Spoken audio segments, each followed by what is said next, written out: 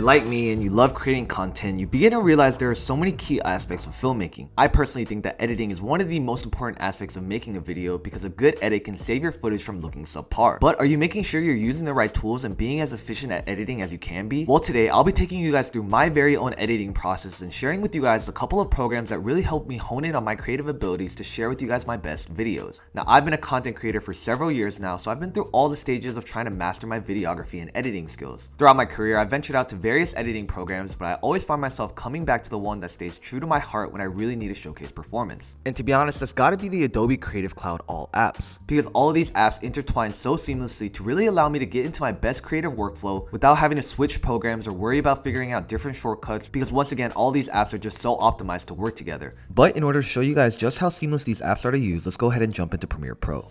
Right off the bat, the first thing we're going to do is go ahead and create a sequence. And a sequence is basically where we're going to lay out our timeline so that we can start organizing our footage and go through a rough cut. Next up, we're going to hit this little page icon and then go to sequence. And I've already got a custom preset for my 4K vertical, which is 2160 by 3840. And we're just going to go ahead and call this campaign. Second thing I personally like to do is filter it by name. That way you can make sure that all the clips are ordered chronologically. And then once I've got that done, I'll go ahead and drag and drop all the clips onto my timeline and really find the best shots from each take so I can start to create a story in my head. For this campaign, I wanted to use a lot of seamless transitions, and one of the most common ones I like to do is actually going to be this little rotation out. So I repeated the action in multiple takes so that way I can merge a couple of the clips together and get a really nice transition going. But for now, let's go ahead and figure out which selects we're going to use.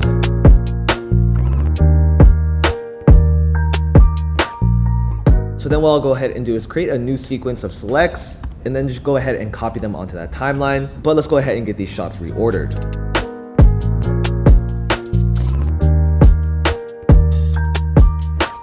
Alright, so far I think we have a pretty decent structure, at least for the flow of the video, and now is really where we get into the transitions and start spicing things up. Alright, now one of my favorite effects to use in Premiere Pro is actually going to be their warp stabilizer. As you may not always have access to a gimbal, the fact that you're able to get really smooth footage using this warp stabilizer really takes your handheld filmmaking to the next level. So first up, for any of the shots where I'm doing the spinning rotations, I'm going to try and put a warp stabilizer and see how well it corrects it. Honestly, I'm pretty impressed by the fact that it looks so smooth, but let's go ahead and move on to the next shot. Now, while I was filming, I definitely knew I wanted to incorporate the New York City environment, which is why we're going to do something known as a masking transition. Basically, a masking transition requires something to walk completely in front of the frame, such as a light pole, or in this case, subway doors. So as you guys can see right here, there's a clear, distinct line of where we can create our mask. So all you have to do is go into your effect controls, and under opacity, there's going to be a pen tool. And then once you click on that, you need to find the starting point of where your mask is going to start. But for something like this, you don't have to be super specific. Now, once you've connected the dots, all you have to do is hit invert. So now you basically went ahead and created a mask. Then you're going to hit the stopwatch to animate that mask. And using the left and right arrows on your keyboard, all you have to do is go frame by frame and slightly adjust where that mask is. So as we go frame by frame, basically I'm just dragging this mask closer and closer to the right until it's going to fill up the entire frame. And in this case, it really only took 5 frames, so it's a super easy mask. And then all you have to do is drag a video under that layer. Oof. And you now have a seamless transition. Then what I'm going to do is just go ahead and refine it, tweak it a little bit, make sure that everything looks nice and smooth, because if you're watching this on social media and you only see it for a quick second, you're really not going to be able to tell the difference. So now as you watch these back to back, we have 2 masking transitions, and honestly, they look pretty seamless. All right, now that we've got basically a rough cut done, one of my favorite effects to do is actually going to be something called time remapping, which basically speeds up the beginning and the end of your clip to really give you that kind of motion blur. And let me show you guys how I do it. So after I go ahead and use warp stabilizer on a clip, in order to do time remapping, there are a couple of steps, and the first one is going to be nesting the sequence. On the little FX button, you're going to double click that, hit time remapping, and then hit speed. Then you're going to use command on your keyboard to drop a point at the beginning and end of your clip. And now all you have to do is raise your speed to somewhere around 300%, drag this out to give you a little bit of a smoother motion, and then adjust the parameters accordingly. Same thing here at the end, drag up the speed, extend it out, and then just smoothen out the curve. While I was filming, I knew I was going to do a lot of these speed ramps with these rotating transitions. So after nesting 2 of the sequences, all I have to do is hit the time remapping once again. Bring that up, extend it out, drag it. And you really just have to play around with these because each shot is going to be different, and it really just depends on the timing between the clips. But to be honest, that's pretty much how I like to get the rough structure of my videos done. We do have a couple of other apps that we're going to be showcasing, but overall I think this is a really great starting point for our ad. So let's go ahead and jump over to Lightroom. Alright folks, we went ahead and imported all of our photos into Lightroom, which is where I do most of my photo editing. For this project, the client wanted some additional photos, so while we were walking around the city, I snapped a few pictures. So first up, I'm gonna go through my Soho presets. These are really what I use for a majority of my Instagram photos. They just give a really nice color. First up, I can see that right here on Chandler's face, the highlights are a little bit bright, and I'm gonna bring that down, but I still wanna see this shadows, so I'm gonna bring that up a little bit. And then really what I like to do is play around with the tone curve.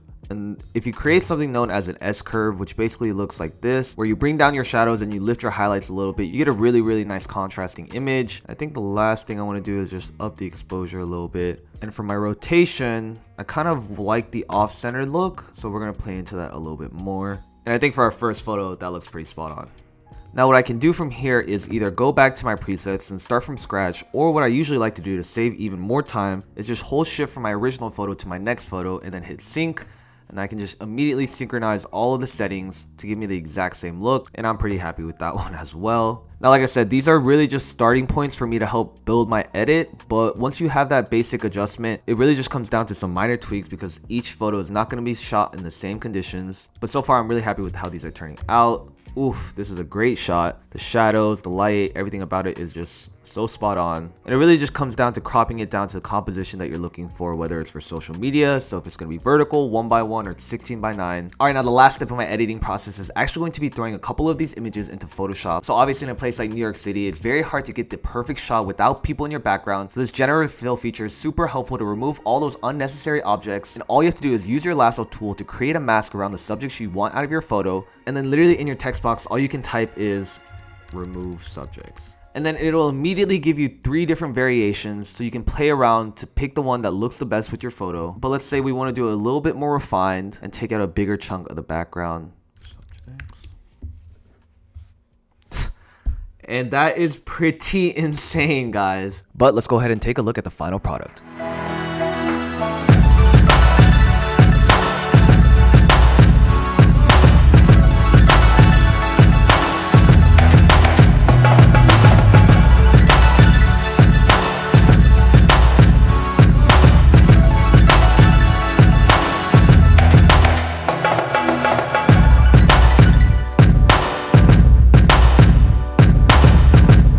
But overall, I hope you guys enjoyed seeing how I use the Adobe Creative Cloud all apps, as it not only helps me speed up my workflow as a photographer and content creator, but really gives me the best and most powerful tools on a daily basis to help capture my creativity. But if you're looking to grow your creative skills, definitely head to the link in my description to try out Adobe Creative Cloud all apps.